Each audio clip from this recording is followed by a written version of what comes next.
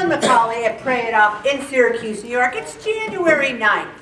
It is a cold January night in session 25, and it's not that long ago that it was New Year's.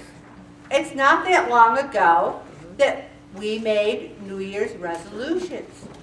And what's interesting about that is many people, not us, but many people have already given up on thinking of any kind of improvement in 2020. It's January 9th and people have given up.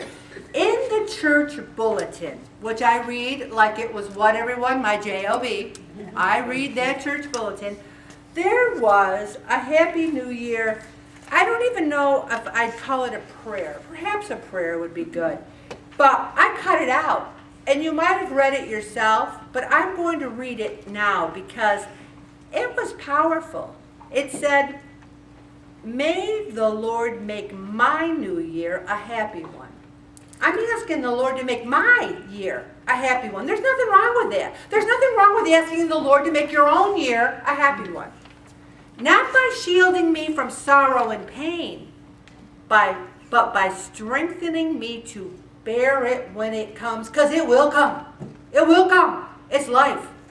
Not by making my path easy, but by making me sturdy enough to tread any path. So many people said, "Why'd you come last week?" I go, "It's what I do." You want someone in your foxhole? You get Ellen McCauley in your foxhole, man. It's what I do through the grace of God. Not by taking hardship from me, but by taking all cowardice and fear from my heart as I meet hardships. Not by granting me unbroken sunshine, certainly not in Syracuse, New York, but by keeping my face bright even in the shadows. Not by making my life always pleasant, but by showing me where men and his cause need me most, and by making me zealous to be there and to help. God, make my year a happy one. That was in the Guides Boast magazine in January of 1973. I just thought it was powerful. I thought, we think, I'll be a good Christian when everything's hunky-dory. I'll lose weight and follow my diet plan when everything's hunky-dory. I'll exercise when my life is cheery and happy. We're living in a fantasy that life is fair, that everything's going to be great. Here's what I know. It's January 9th, 2020. We're here. We're alive. My best friend died at 53 years old. She'd give anything to be where I'm standing here tonight, worrying about losing a couple of pounds. Let's think about that. And I like thinking about achievable New Year's resolutions because so often, especially those of us who have struggled with our weight, maybe we've lost some and maybe we've put some back on. And that sometimes is even worse, because then you get into a little bit of self-flagellation and self-hatred, like, why couldn't I have stayed at that weight? Why did I? Everyone's looking at me. They're looking at my rolls. They know I'm fat. Oh my gosh. Let it go. It is what it is. We're going to go forward. I said to Judy tonight, Judy started in July of 2008. I started in January of 2008. I said to her, you know, Judy, I need Pray It Off. If it wasn't for this group, I know I'm not cured. You see, here's what the thing is. Diets don't work, but you know what does work? 12-step programs. And you know what works about the 12-step programs? The meetings. If you belong to a 12-step program like Overeaters Anonymous, Alcoholics Anonymous, you can have great success, but you have to go to the meetings.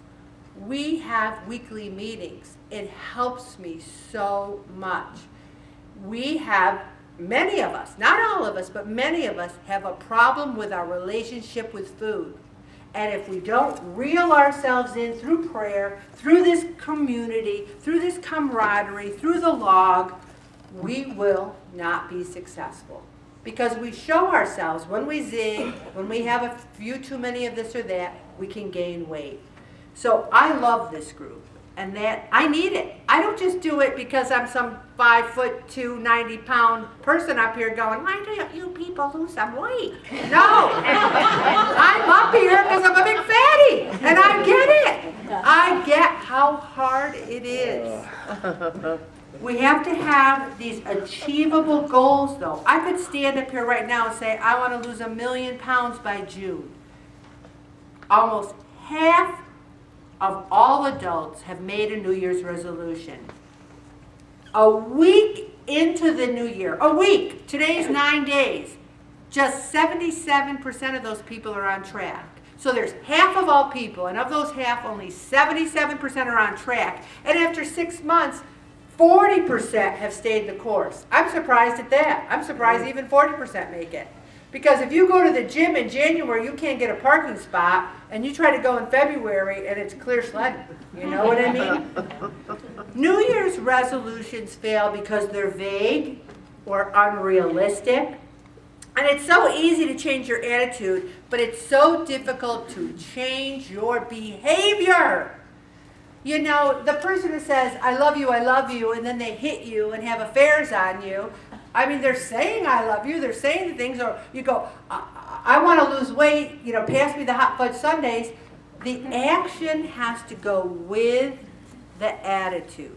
So when we talk about rebooting our diet, we're talking about cleaning up the eating. Eating better is so often associated with misery, though, isn't it? Oh, great, I'm on a diet. I guess I can't have any fun. I can't go out, I can't do anything, I can't eat what I want, I can't drink what I want. What we need to do is associate eating healthy with good tasting food. And we also have to figure out our why. I don't know about you, but when I put on a few pounds and I go to zip up my pants and I'm shoving it in and going, I don't like that feeling. Does anyone like that feeling when they're trying to shove their gut in their pants? Does everyone know what I'm talking about? Oh yeah, we've all tried. I remember years ago when I lived with a few girls, we used to lay on the bed and they try to shove your gut in. Well, did anyone else ever have friends shove your gut in while you try to, you can't, people are like, people do that? Oh yeah, they do it. And that's what husbands are for. Honey, can you help me with these pants? The thing is, I don't like that feeling. I don't like my tight pants feeling. And then I also feel like everyone's looking at me when I put on a few pounds. Anyone else feel that way? No one gives a crap about me. You think anyone cares? You think people are going, look at Ellen, they don't care. But I think they are. I think if I'm walking up to the get communion, people are going, whoa, she's ballooning up.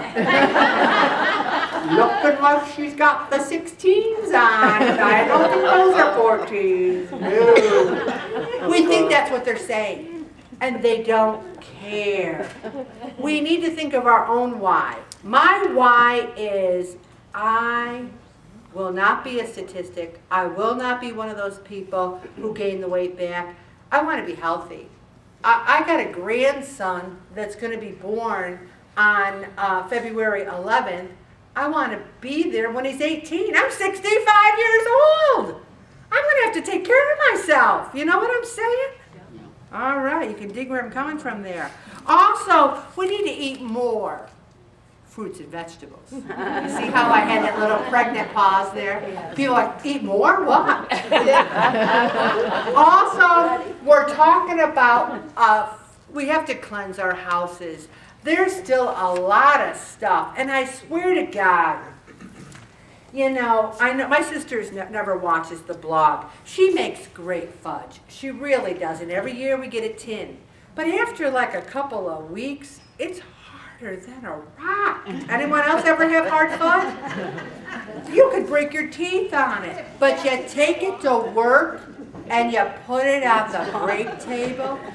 There's toothless people in the county because they couldn't wait to be eating that fudge. You take these things to work and they disappear. And you might say, but Ellen, I'm retired. Get rid of it. If it's brand new in the bag or the can or the box, donate it to the food pantry, okay? You need to get rid of stuff. You need to plan. People are like, well, I had no choice. I had to eat pizza. I always feel like there's someone with a blindfold. They have them against a wall. There's a gun, a firing squad. You can hear them all lining up. You will eat pizza. You will. They look at me like, I had no choice. And I'm supposed to go, oh, I know. I never say, oh, I know, because I don't know. Also, you need to make permanent lifestyle changes.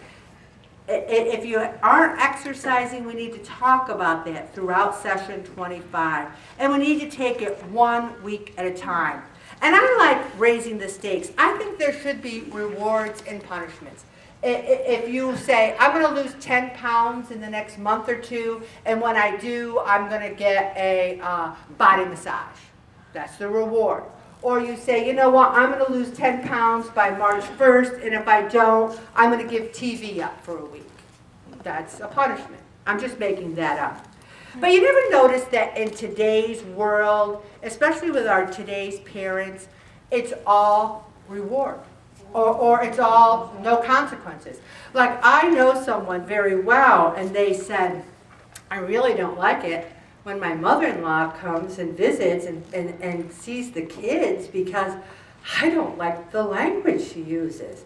Now, I'm imagining like swear words, right? Is everyone imagining swear words? I don't like the language she uses, and I'm like, the language? Your kids are under 5 years old. What could she possibly be saying? Well, she says things like, if you don't eat your dinner, you're not going to get dessert.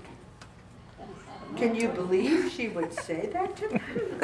And I'm like, yeah, I grew up with that. I grew up with a lot worse than that. I grew up with, if you don't eat your dinner, I'll kill you, let alone no dessert. So it's like, oh my gosh, you can't even speak in these terms. There can't be any consequences. Well, I'll tell you, life is consequences. If you don't go to work, you get fired.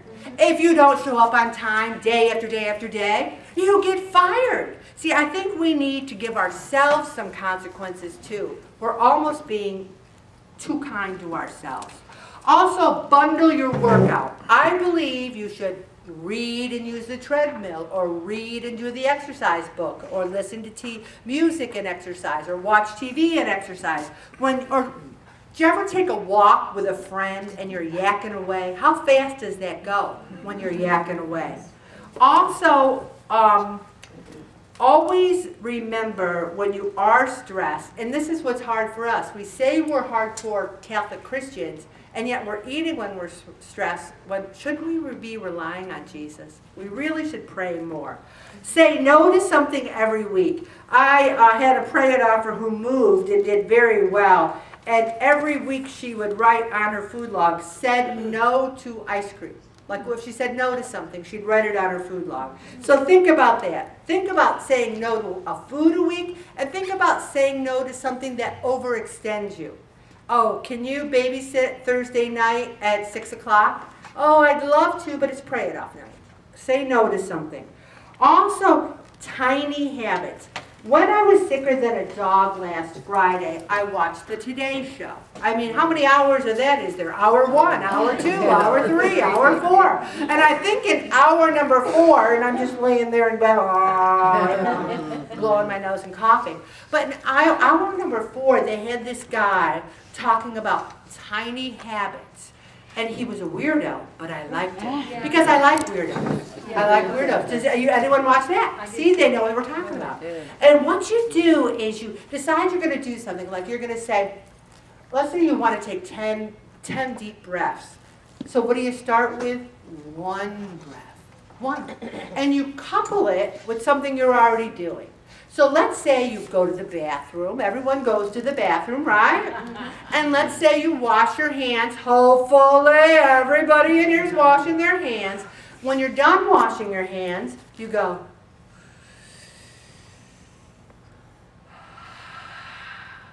You take 1 deep breath. And when you're done taking that 1 deep breath, you go, awesome, because you achieved one of your goals. Your goal was to take 1 deep breath. And then maybe the next time you wash your hands, you take 2 deep breaths. But what's important is you solidify these good habits by locking them in with awesome. I want to take a walk every day and say the rosary. I've been doing that for years now. It's a habit. But today, when I walked around the office and said the rosary, at the end I said, awesome. You know why I said it? Because I like it. I like saying awesome. Let's say it. Awesome! So think about that. Think about doing a tiny habit. And then it says try meditation. You know what? I'm still not very good at meditation because my mind just won't shut up. It won't. And so I'm going to work on that in session 25. We're going to work on it together. Also, many people need more sleep. Just to let you know, and many people do now, but I don't answer the phone after 8 o'clock at night. When the SU game starts at 9 o'clock, what do I say to Bob? 9 o'clock! That's like midnight! We get up at 4 o'clock in the morning. And then it says here, keep a fatigue diary. I can't even get you guys to do your food log practically, so I'm not going to ask you. But maybe you'd be good at that. I'm too tired to exercise. I'm too tired. But it says, I think if you're fatigued, then you should, pay attention. But if you're eating over it, that's what they're talking about. Make a to-don't list. I don't know about that either. I mean, I think it's hard enough to get people to do a to-do list. Always pencil in bedtime. We know when we're going to bed. And then it says download an app. Maybe Emily wants to have some fancy schmancy app, but I don't want no stinking app. I mean, if you guys want apps, app away. I've got enough technology in my life. The last thing I'm going to do. But a real funny story about the doctors. So I had a really nice nurse at the doctor, and she's taking all my stats and everything. And I said, I'm sicker than a dog. Also, my eye's ticking a little bit, and it's been doing that for a while. What do you think it is? And she's like, well, I don't really know. And I said, well, I Googled it, and then some really bad stuff came up that it could be, And she said, let me tell you about Google. And she's a woman nurse, and she says, I didn't feel good one day, and I started Googling my symptoms, and it turns out I had prostate cancer. Well, we won! So I guess that's my statement on the end. Thank you. Okay? Then it says to share your battle. We are sharing our battle every single week at Pray It Up. And then it says, do more with Google, and I just talked to you about my Google story, and I'm going to stop right there, Bobby.